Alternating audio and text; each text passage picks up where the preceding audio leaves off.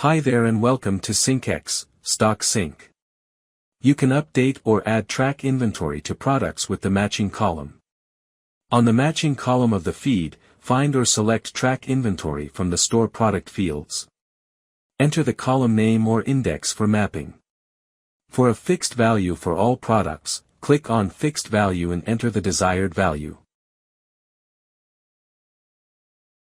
For the Track Inventory Smart settings, you can choose to enter the Enable Track Inventory Indicator and the Disable Track Inventory Indicator. This feature allows you to specify your own indicator from the feed file. For example, your file could be using Available, In Stock or No as the Track Inventory Indicator. By default, the indicators will use true and false as the values. You can use any value according to your feed file. Replace the value here according to your feed file, which is Available, In Stock and No.